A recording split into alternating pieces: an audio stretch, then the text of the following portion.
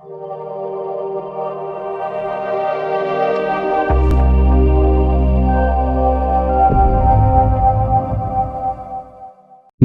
राजस्थान के YouTube channel में आपका हार्दिक स्वागत है।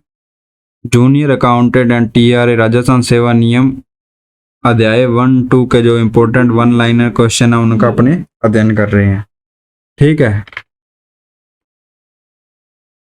इसमें जो अब अपने अध्ययन करेंगे उसका जो फर्स्ट क्वेश्चन है, राजस्थान अधीनस्थ लेखा सेवा के 20 स्थायी कनिष्ठ लेखाकारों के आरएस परीक्षा में चयनित होकर कार्यमुक्त हो जाने के तुरंत बाद कनिष्ठ लेखाकारों के इन पदों जिन पर उक्त 20 लोगों का पदाधिकार है पर की गई नियुक्तियां क्या कहलाएंगी? वो क्या कहलाएंगी? स्थानापन्न नियुक्तियां। क्या कहलाएंगी? स्थानापन्न नियुक्तियां।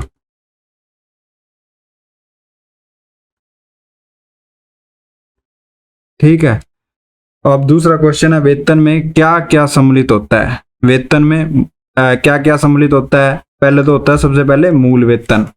वेतन कैसे बनता है? मूल वेतन, उसके बाद इसमें प्लस होता है व्यक्तिगत वेतन, व्यक्तिगत वेतन, वेतन और विशेष वेतन, विशेष वेतन।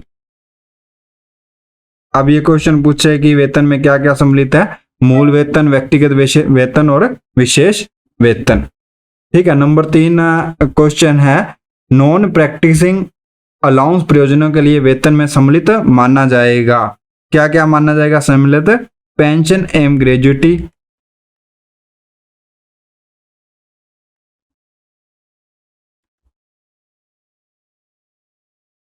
पेंशन एवं ग्रेजुटी, अवकाश वेतन,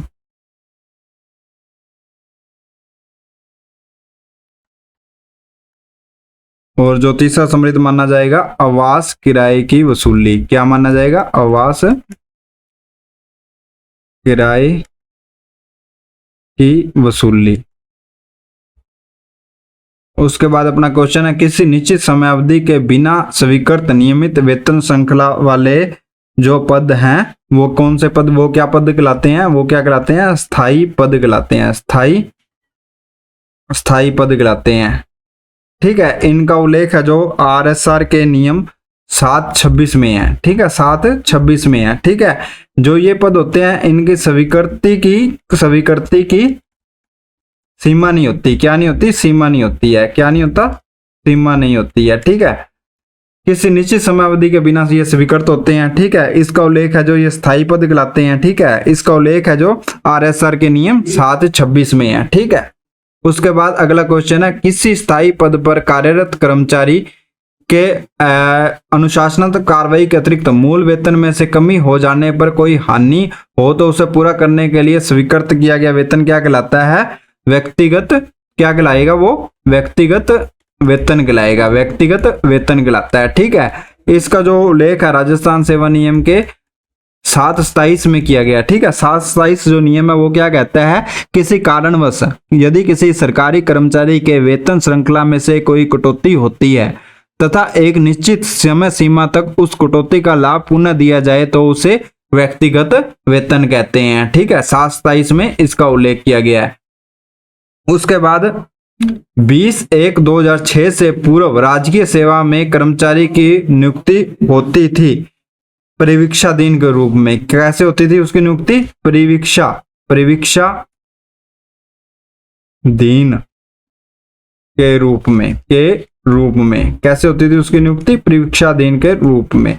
अब ये क्वेश्चन क्या कहता है? 20/1/2006 से पूर्व राजकीय सेवा में कर्मचारी की नियुक्ति होती थी परिवीक्षाधीन के रूप में।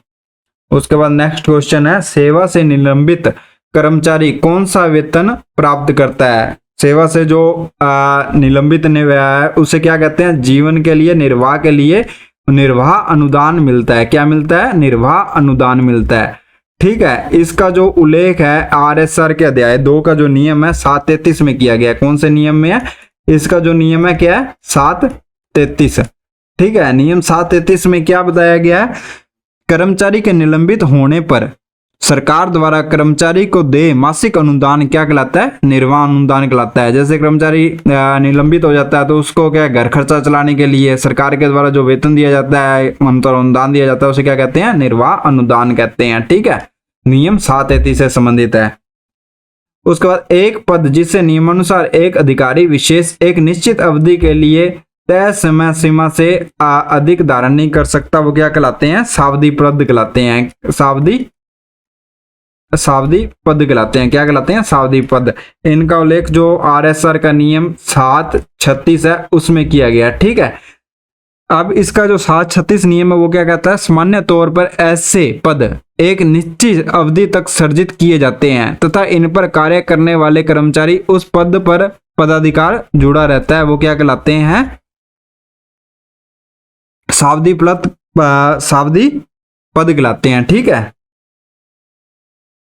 वे विभाग जिनमें प्रतिवर्ष नियमित अवकाश होते हैं और अवकाश अवधि से में विभाग के कर्मचारियों को अपने कर्तव्य से अनुपस्थित रहने की अनुमति होती है, वो क्या, जो वैसे विभाग होते हैं वो क्या कहलाते हैं? विश्राम कालीन विभाग कहलाते हैं। क्या कहलाते हैं? विश्राम कालीन विभाग। ठीक है, कालीन विभाग कहलाते हैं। ऐसे विभागों में कौन कौन से विभाग आते हैं? जैसे शिक्षा विभाग आता है, उसमें स्कूलों में छुट्टी हो जाती है, कॉलेज एजुकेशन होगी, या न्याय विभाग हो गया। ठीक है, विश्रामकालीन विभाग है जो उनका उल्लेख आरएसआर के अध्याय 2 के 7 जो 39 परिभाषा है उसमें किया गया। ठीक है, 739 के अनुसार ऐसे विभाग जिनमें एक निश्चित समय अवधि तक मुख्यालय बंद रहते हैं तो वो क्या कहलाते हैं? विश्रामकालीन विभाग कहलाते हैं। जैसे न्यायिक विभाग है, शिक्षा विभाग है, कॉलेज शिक्षा विभाग है। ठीक है, ये क्या कहलाएंगे? विश्रामकालीन विभाग कहलाएंगे। वे कर्मचारी जिनका वेतन राज्य के बजट में सवेतन मद से नहीं चुकाया जाता वो क्या होते हैं? पेंशन के अयोग्य होते हैं। ठीक है, के अयोग्य। ठीक है, इस जो इनका वेतन है ना, जो संस्थापन वेतन है या अधिकारियों का वेतन है, उससे भुगतान नहीं किया जाता। इस संबंध में जो नियम 740 है वो पेंशन के अयोग्य से संबंधित में नियम है। ठीक है, ये एक नियम क्या कहता है? ऐसे कर्मचारियों का वेतन व भत्ते का निर्धारण जिन्हें कराले व्यय से भुगतान किया जाता है। जैसे मान लो कि ऑफिस में साफ सफाई के लिए किसी व्यक्ति को लगा लिया 2000 रुपये मंथ पे, उसको अपने कराले व्यय की श्रेणी से भुगतान कर रहे हैं, कराले व्यय की श्रेणी से भुगतान कर रहे हैं, तो ये क्या है? इनका वेतन सवेतन मद से नहीं चुकाया जाता। ठीक है, और ये पेंशन के अयोग्य होंगे। क्या होंगे? ये पेंशन के अयोग्य माने जाएंगे। ठीक है, इसका जो है अध्याय 2 के 740 में इसके बारे में बताया गया है।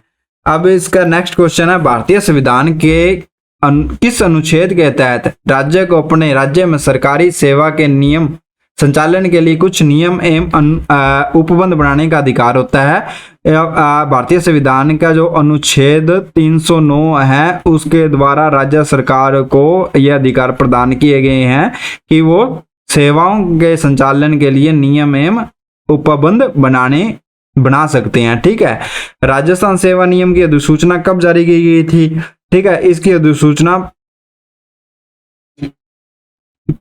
23 मार्च 1951 को जारी की गई थी। कब जारी की गई थी? 23 मार्च 1951 को जारी की गई थी। ठीक है, आरएसआर के नियम बनाने की अधिसूचना किसके द्वारा राज्यपाल तो होते नहीं थे, जारी की गई थी। ठीक है, 23 मार्च 1951 को जारी की गई थी। ठीक है, ये जो आरएसआर के नियम है इनकी अधिसूचना किसके द्वारा? राज प्रमुख के द्वारा जारी की गई थी। ठीक है, राज प्रमुख के द्वारा जारी की गई थी। ठीक है, ये जो आरएसआर के नियम है किस अनुच्छेद के तहत बनाए जाते हैं? 309 अनुच्छेद के तहत संधारित किए जाते हैं या बनाए जाते हैं। ठीक है, राजस्थान सेवा नियम, आरएसआर नियम राजस्थान में कब से प्रभावी हुए? ये कब से प्रभावी हुए थे?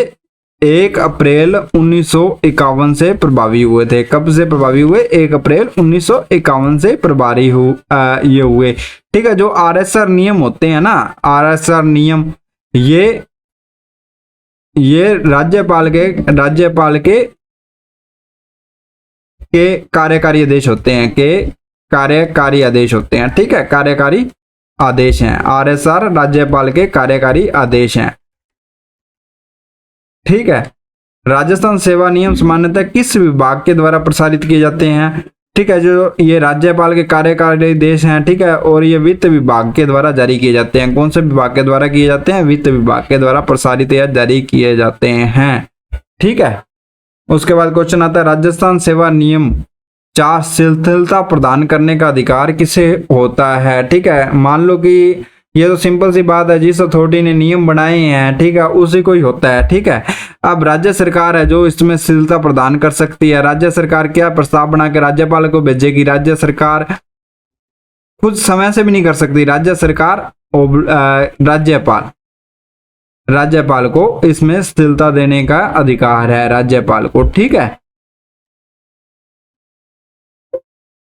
आज की क्लास में इतने ही ये क्वेश्चन है जो, ठीक है, पिछले कई वर्षों से ये जो जूनियर अकाउंटेंट वाले पेपर में पूछे जा रहे हैं।